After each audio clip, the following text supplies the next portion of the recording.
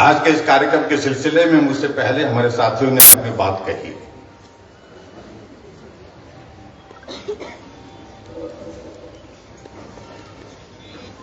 अभी हम नहीं चाहते थे कि हम इतनी जल्दी सरकार के खिलाफ पर चौक चौराहे पर निकल पड़े, लेकिन हालात जो पैदा किए उसके लिए हम दोषी नहीं हैं। हिमाचल के इतिहास में यह पहली बार हमने देखा कि कोई सरकार बनती है और सरकार बनने के बाद जो नए मुख्यमंत्री बने हैं उनके दिमाग में ऐसा जुनून चढ़ जाता कि हर चीज बंद करनी।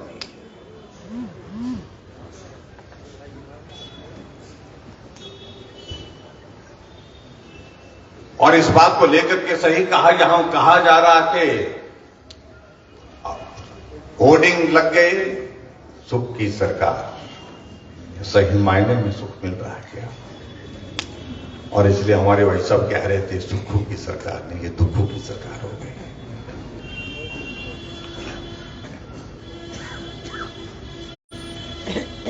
हम उम्मीद करते थे कि जिस तरह की पृष्ठभूमि उनकी है, हम लोगों की पृष्ठभूमि भी उस प्रकार से है। एक संघर्ष के जीवन में से आदमी आगे बढ़कर के यहां पहुंचे हैं। हमने सोचा कि जनहित में सोचते, लेकिन कभी नहीं सोचा था कि सरकार में सत्ता में आने के बाद इस तरह से आदमी का स्वभाव बदल जाएगा, तौर तरीका बदल जाएगा, एक दिन में ही बदल जाएगा, ऐसा कभी नहीं सोचा था। 11 तारीख आज है और आज के दिन हिमाचल प्रदेश में जो वर्तमान सरकार बनी है उसके 3 महीने पूरे हुए हैं। लेकिन आप अंदाजा लगाइए, 11 तारीख को सरकार बनती, 11 दिसंबर को सरकार बनती है, 12 दिसंबर को हिमाचल प्रदेश में 1 अप्रैल 2021 के बाद जो खुले हुए संस्थान उनको बंद करने की प्रक्रिया शुरू कर दी।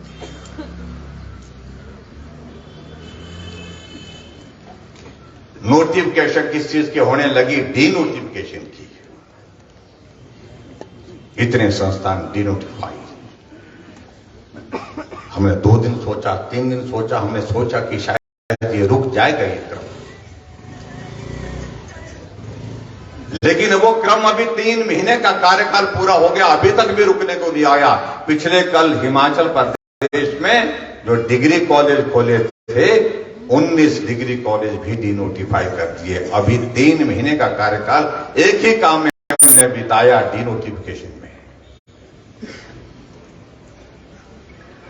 हमने उनको कहा, हमको मिले, हमने कहा कि भाई साहब ये सब क्या कर रहे हैं? बोलते हम बाद में खोल देंगे। हमने कहा जो खुले हुए हैं तो बाद में खोलने की क्या जरूरत, उनको चलने दीजिए। कहा कि पैसे नहीं है। हमने कहा वो पैसे गए कहां? पैसे तो सरकार के पास ऐसा नहीं है कि पैसे नहीं है,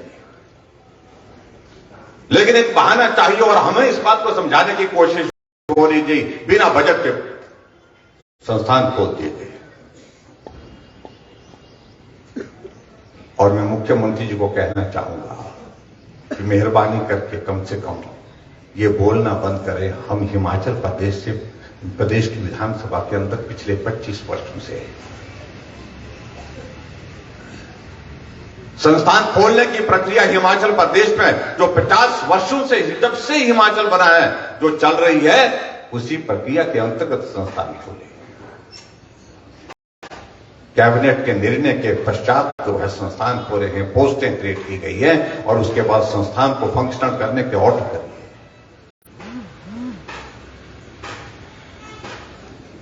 एक विचित्र परिस्थिति हो गई।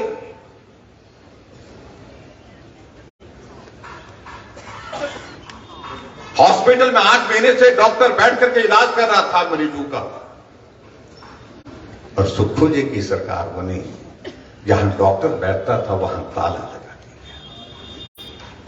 गांव के लोग बीमारी की आदत में उस संस्थान में पहुंचते हैं कि यहां डॉक्टर साहब कहां गए। डॉक्टर साहब आए नहीं तो लोगों ने कहा ये है डॉक्टर साहब, तो ताला लगा हुआ है। वर्तमान सरकार में इसको डॉक्टर साहब बोलते। तहसील चली हुई थी 7 महीने से तहसीलदार वहां पर काम कर रहा था, और 7 महीने के बाद वहां पर सुखू की सरकार बनने के बाद वहां पर जहां तहसीलदार बैठता था वहां ताला लगाया। लोग आए, पूछा कि कहां गए तहसीलदार साहब, बोलते वो सामने है, ताला लगा हुआ है। तहसीलदार को भी ताला लगा। और विचित्र स्थिति तो तब देखी हमने, एक जगह एसडीएम का दफ्तर खोला, एसडीएम के दफ्तर में एसडीएम बैठ करके काम कर रहा है, और इलेक्शन के प्रोसेस में रिटर्निंग ऑफिसर के नाते वहां पर विधायक की सारी चुनाव की प्रक्रिया पूरी की। चुनाव के मतगणना के बाद घोषणा की कि विधायक तो है वो विक्रम सिंह ठाकुर जी को जहां से लोगों ने चुन करके भेजा है, यानी कि उनकी इलेक्शन के बाद उनकी घोषणा विधिवत हुई। उनको इलेक्शन का सर्टिफिकेट भी एसडीएम के माध्यम से दिया गया, और उसके बाद सुखू जी की सरकार बनी, और जहां एसडीएम बैठता तो वहां ताला लगा हुआ।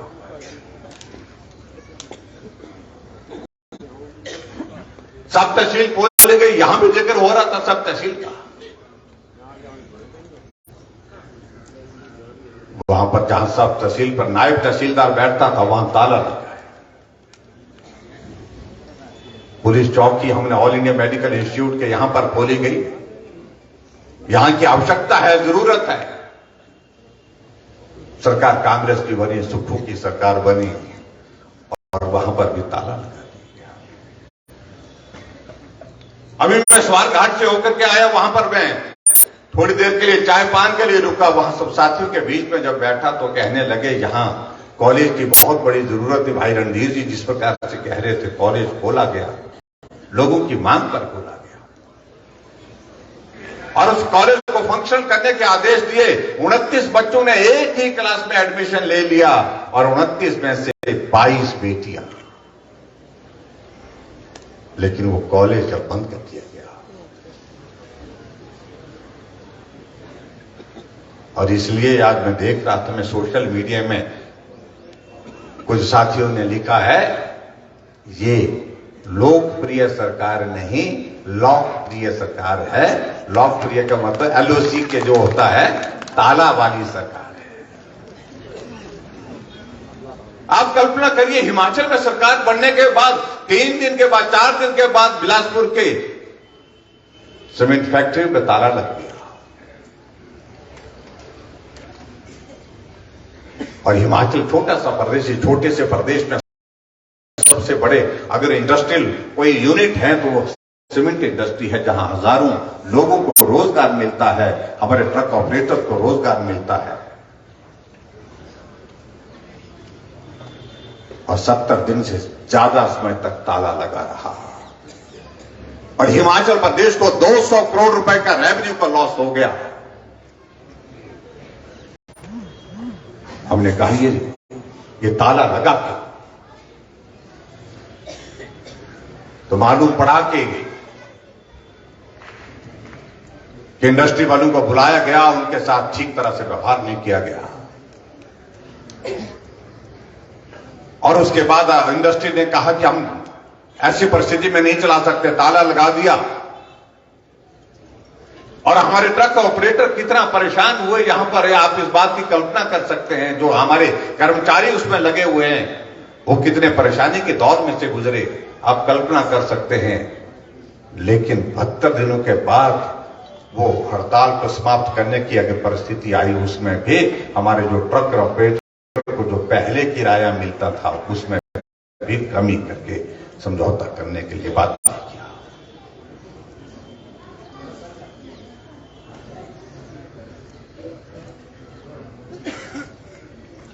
इसलिए ये 3 महीने की सरकार,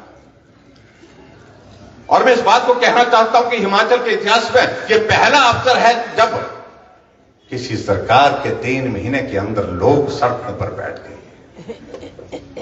चिलचिलाती धूप में सड़कों में बैठे हैं। और बिलासपुर का इस चौक में हमने देखा है इतनी बड़ी संख्या में ऐसी बड़े कार्यक्रम में जो है कोई बड़ा राष्ट्रीय नेता आता है तब लोग आते हैं, लेकिन आप छोटे से इस कॉल पर, एक दिन के कॉल पर यहां पर आए, आप सबको मैं साधुवाद देता हूं, आप सबका मैं आभार व्यक्त करता हूं। और ये जाहिर करता है कि हिमाचल प्रदेश में लोग सड़कों पर इसलिए आए कि सरकार से मोह भंग हो गया है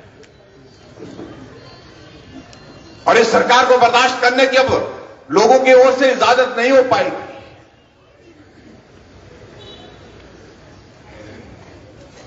एक ही रोना रोया जाता है मुख्यमंत्री द्वारा, पैसे नहीं है।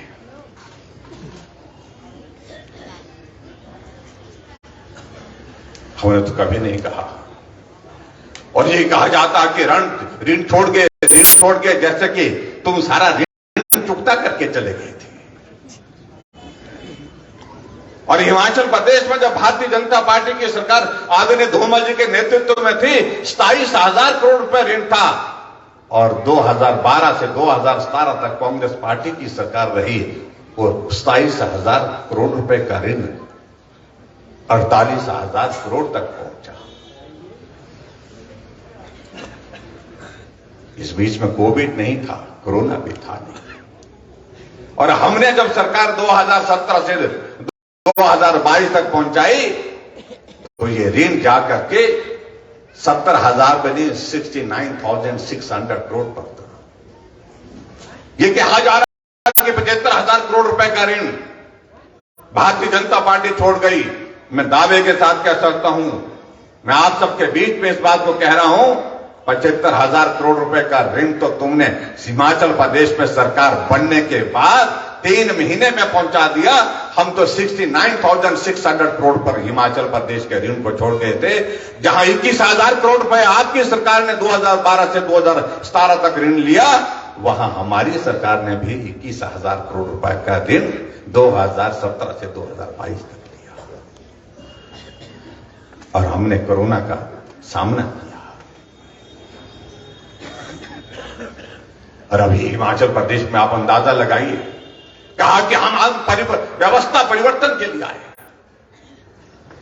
किस प्रकार की व्यवस्था परिवर्तन की बात कह रहे हैं आप? अभी विधायक मंत्री बनने का इंतजार कर रहे थे, कैबिनेट दर्जे के साथ अपने साथियों को, अपने सहयोगियों को, अपने मित्रों को क्या बना दिया? एक को एडवाइजर बना दिया मीडिया का, एक को पॉलिटिकल एडवाइजर, एक को IT adviser with cabinet rank. और हिमाचल प्रदेश में जब कहीं किसी सरकार का बहुमत नहीं होता तो समझ में आता कि छोटा सा प्रदेश है, इसमें चीफ मिनिस्टर बनता है और चीफ मिनिस्टर के साथ डिप्टी चीफ मिनिस्टर बनाने के लिए पॉलिटिकल कंपल्सन का अगर हुई तो ही कहीं बनते हैं। हिमाचल में पहली बार चीफ मिनिस्टर के बाद डिप्टी चीफ मिनिस्टर, और डिप्टी चीफ मिनिस्टर कहते हैं कि मेरा प्रोटोकॉल चीफ मिनिस्टर से नीचे नहीं बराबर का होगा, मेरा कमरा भी चीफ मिनिस्टर से कम नहीं बराबर का होगा।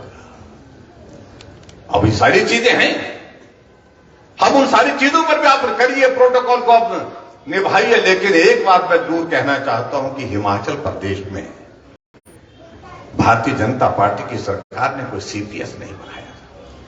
हम व्यवस्था परिवर्तन की बात कर रहे हैं, और व्यवस्था परिवर्तन की बात कह रहे हैं सुक्खू जी, 6 सीपीएस बना दिए हिमाचल प्रदेश में, चीफ पार्लियामेंट्री सेक्रेटरी, और कह रहे हैं कि पैसा नहीं है।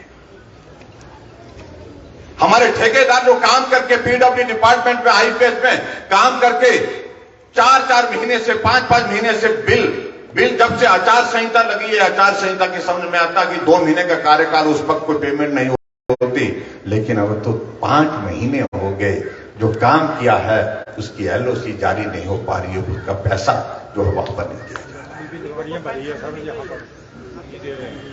हमारे सहारा योजना के अंतर्गत हमने 3,000 रुपए उस बेबस आदमी को जो बिस्तर पर पड़ा है, लाचार है, बेबस है, चल नहीं सकता है, उसके लिए निर्धारित किया कि हर महीने उसको पढ़ना चाहिए। पिछले 3 महीने से 4 महीने से वो सहारा योजना का पैसा उन गरीब आदमी को, बीमार आदमी को नहीं मिल पा रहा।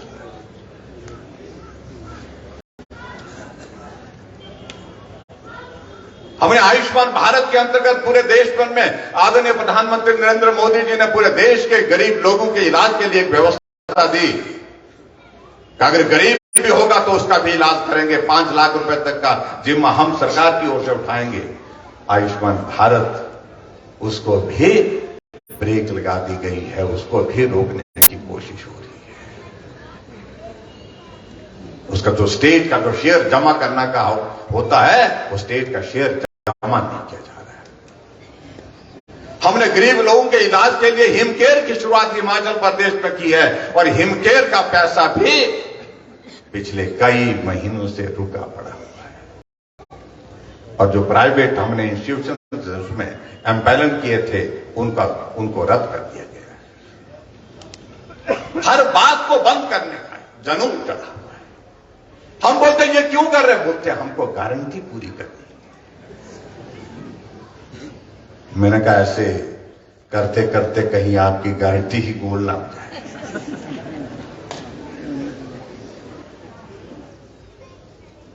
चली हुई संस्थान बंद करना, चली हुई योजनाओं को बंद करना, आप अपनी गारंटी को पूरा करिए। वादा किया था, कांग्रेस के नेताओं ने कहा था पहली कैबिनेट की पहली बैठक में ओपीएस लागू करेंगे।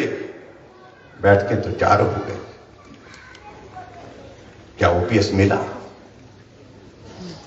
पहली कैबिनेट की बैठक करने के लिए 1 महीना लग गया और ओपीएस को लागू करने की बात कही है, लेकिन अभी कहा जा रहा है कि हम एसओपी लागू करेंगे। इसका मतलब क्या है? जब कर्मचारियों ने मांग की थी हमें सीधा ओपीएस चाहिए, ओपीएस से कम कुछ नहीं चाहिए, पूर्ण ओपीएस चाहिए, अब घुमा फिरा करके एसओपी जारी करने की बात इसलिए कही जा रही है, इसका मतलब ओपीएस पूरी नहीं दी जा रही है, ओपीएस को घुमा फिरा करके देने की बात सोची जा रही है। पहली कैबिनेट की पहली बैठक में हर महिला को कितना 1500 रुपए खाते में रणधीर जी कह रहे थे, बटुआ भी ले लिया।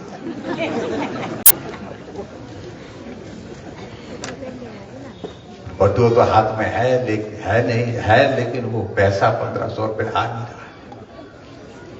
और कई जगह तो यहां तक कि कांग्रेस के नेताओं ने महिलाओं को पैसा दे दिया, पहले पैसा डाल दिया, कहा कि ये हमारी तरफ से अगले महीने की ओर से सरकार की तरफ से चुनाव के दिन। 3 महीने बीत गए और महिला इंतजार कर रही है 1500 रुपए का। अब कहा जा रहा है कि सबको संभव नहीं है। उस वक्त तो कहा कि हर महिला को 18 से 60 साल की महिला को 1500 रुपए हर महीने मिलेगा।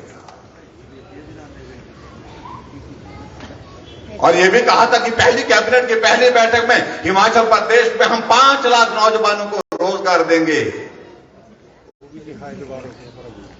रोजगार की तो बातें छोड़िए, जिनको रोजगार दिया गया था बेचारे जो गरीब लोग होते, जो कहीं काम नहीं कर सकते, जिनको आउटसोर्स पे रखा था, उनको नौकरी से निकाल करके, आउटसोर्स की उस जिम्मेवारी से जो है उस काम से भी निकाल करके सड़क पर खड़ा कर दिया गया।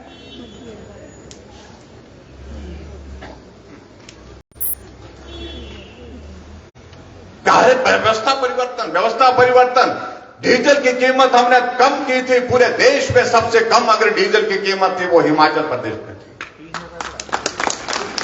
सरकार बनी, व्यवस्था परिवर्तन के नाम पर 3 रुपए डीजल के 1 लीटर पर बढ़ोतरी करती है। और डीजल पर बढ़ोतरी का मतलब यह है कि हर गरीब आदमी के ऊपर बोझ पड़ गया, क्योंकि ट्रांसपोर्टेशन के माध्यम से हर चीज महंगी आपको होगी। हमारे लिए महंगाई के लिए बोलते रहे चुनाव के दिनों में, अब महंगाई, अब देखिए सरकार बनने के बाद तेल की कीमत कितनी 9 रुपए बढ़ गई, अब पता नहीं और भी ज्यादा बढ़ गई। बताते व्यवस्था परिवर्तन। और हिमाचल के इतिहास में ये पहली बार हम देख रहे हैं कि किसी मुख्यमंत्री को अपने नाम के साथ योजनाओं चलाने का, योजनाओं को बनाने का शौक चढ़ा है। हमने कहीं नहीं देखा, ये रिवाज नहीं था। और कौन सी योजना चलाई है वो? सुखाश्रय। चलो मैं उस पर ज्यादा कुछ कहने नहीं चाहता। कोई मैंने कहा यार कोई और नाम रख लेते ही अपने नाम के साथ क्यों जोड़ दिया?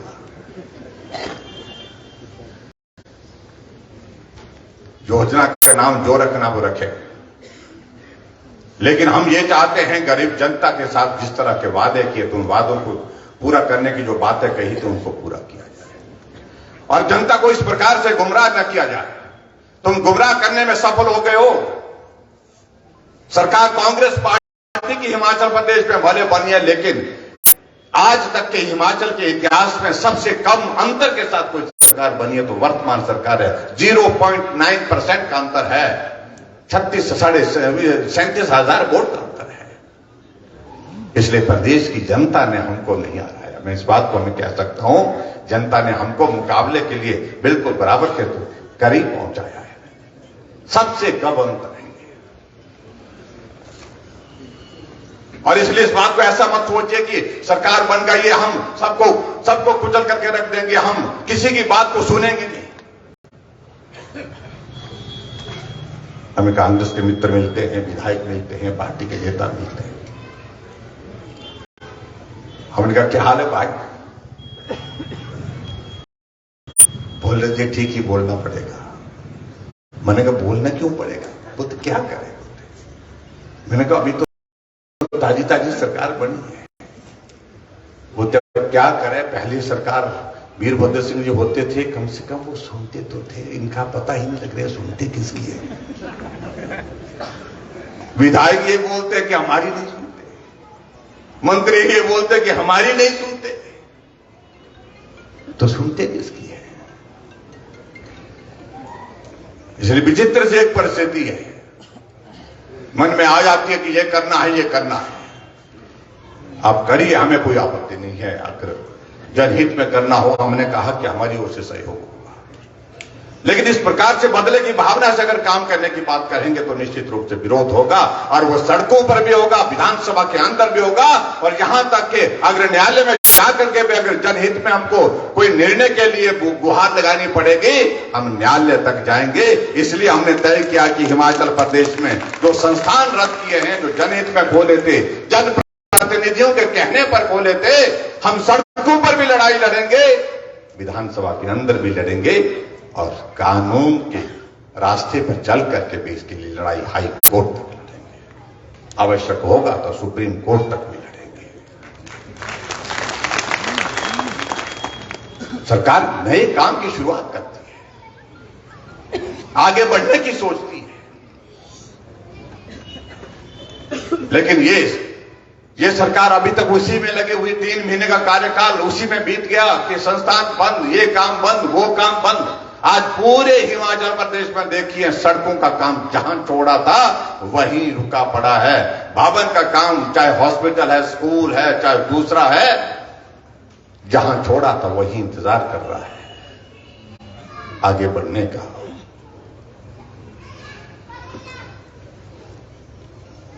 इसलिए भाई और बहनों, मैं इस बात को बड़ा साफ कह रहा हूं, हम विपक्ष में है, हमारी भूमिका है और इस भूमिका को हम निभाएंगे।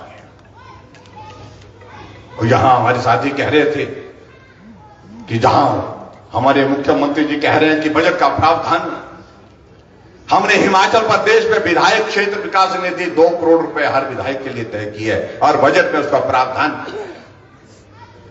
और बजट में प्रावधान करने के बाद उसके बाद 3 किस्त हमने उसकी जारी की है। अंतिम किस्त जारी होनी थी, वो चुनाव आचार संहिता की वजह से संभव नहीं थी। और उसके बाद चुनाव आचार संहिता समाप्त होने के बाद कांग्रेस की सरकार बनी, जो 50 लाख रुपए की हमारी विधायक क्षेत्र विकास निधि, जिसका बजट प्रावधान हमने किया हुआ था। कहते हैं ना मुख्यमंत्री कि बजट का प्रावधान नहीं। कैसे नहीं बजट का प्रावधान? हमने उस बजट का प्रावधान किया है, और उस बजट के प्रावधान के अनुरूप जो है 50 लाख रुपए हर विधायक को हिमाचल प्रदेश में मिलना था, और अब उस पैसे को रोक दिया गया। विधायक की अंतिम किस्त, चौथी किस्त 50 लाख रुपए की जारी नहीं की जाएगी। बैकवर्ड एरिया सब प्लान का पैसा, डीसीपी हेड का पैसा, विकास में जन सहयोग का पैसा, और मुख्यमंत्री जो हमारे मुख्यमंत्री ग्राम सड़क योजना का पैसा, तमाम सारा पैसा डीसी ऑफिस में पहुंचना चाहिए था, लेकिन उसको भी रोक दिया गया। इसलिए भाई और बहनों, इन सारी बातों को लेकर के आने वाले समय में जो बातें करेंगे हम लोग, उसमें आप सबका सहयोग चाहिए। हम इस लड़ाई को यहां पर तो लड़ रहे हैं, जिला स्तर पर लड़ रहे हैं, विधानसभा क्षेत्र में लड़ रहे हैं।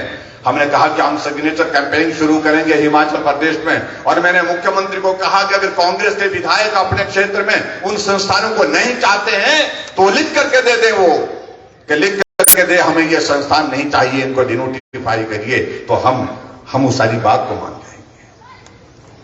कांग्रेस के विधायक क्या है, आप बोलो ना, आप बोलो ना, आप बोलो, नहीं बोलना चाहिए। हमने कहा तुम क्यों नहीं बोलते हैं? बोलते साहब नाराज हो जाते हैं, मूड खराब हो जाता है।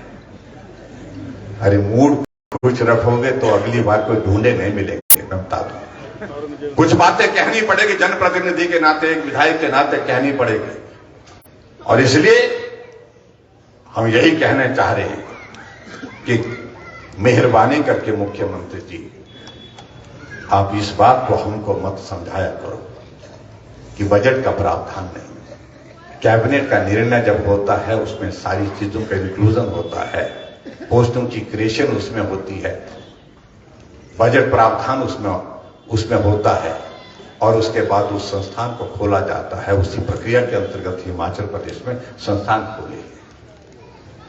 एक भी संस्थान ऐसा नहीं जो कैबिनेट के अप्रूवल के बिना है, और हिमाचल प्रदेश में जो कैबिनेट के अप्रूवल से खोले हुए संस्थानों को आपने बिना कैबिनेट बनाए रद्द कर दिया है। इन सारी बातों को लेकर के हम आप सबके बीच में भी हैं, और आने वाले समय में मेरा आप सबसे निवेदन है, ये संघर्ष निश्चित रूप से आगे बढ़ेगा, और आने वाले समय में जो हालात मुझे दिख रहे हैं, हालात अच्छे नहीं। कांग्रेस के ही लोग बोलते हैं, अफसरों से पूछें तो कहते हैं कि बड़ा मुश्किल है। कांग्रेस के नेताओं को हम पूछते हैं कि भाई सरकार चल रही है, कैसे चल रही है? बोलते बहुत मुश्किल है। एक अविश्वास का एक माहौल खड़ा हुआ है हिमाचल प्रदेश में, और ये ठीक कहा हमारे साथियों ने कि हम अपनी ओर से कुछ नहीं करने वाले, लेकिन हां, अगर कुछ हुआ वहां पर उनके कुछ हुआ तो निश्चित रूप से हम चुप भी रहने वाले नहीं हैं। हिमाचल प्रदेश में जो हालात बन रहे हैं वो इस दिशा में बढ़ रहे हैं कि आने वाले समय में भारतीय जनता पार्टी को, मुझे लगता नहीं कि 5 वर्ष का इंतजार करना पड़ेगा, उससे पहले भी परिस्थितियां आ सकती हैं, और हिमाचल प्रदेश में भारतीय जनता पार्टी की सरकार जनहित में काम किए हुए लोग उनको बातों को याद कर रहे हैं। ऐसे में भाजपा की सरकार की वापसी चाहते हैं, जल्दी वापसी चाहते हैं।